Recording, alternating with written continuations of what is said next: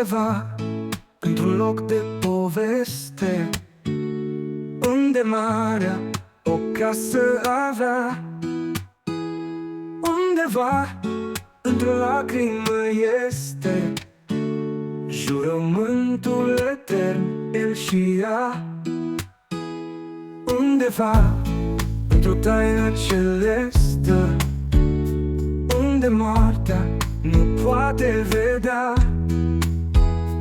E o stea care în versuri atestă un poem pentru veci, el și ea.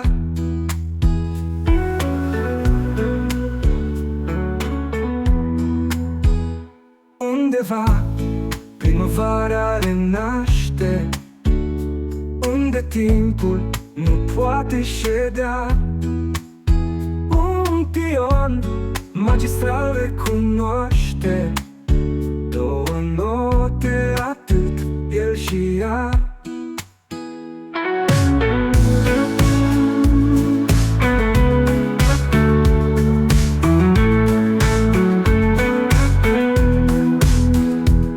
Undeva, într-o vară extremă, unde viața în inim ardea, în amurg și lumina supremă strălucește un foc, el și ea.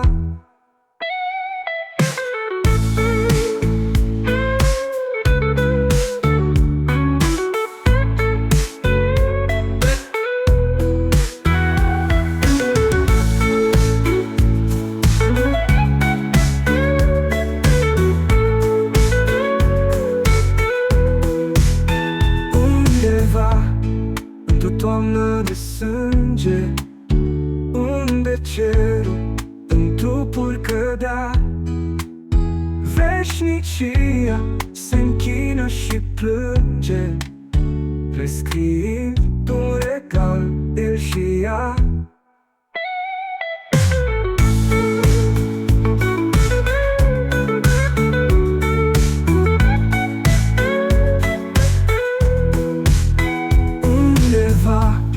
Într-o iarnă adâncă, unde frigul în vene înlova, e un dor scrijelit pe o stâncă, totdeauna un tot, el și ea.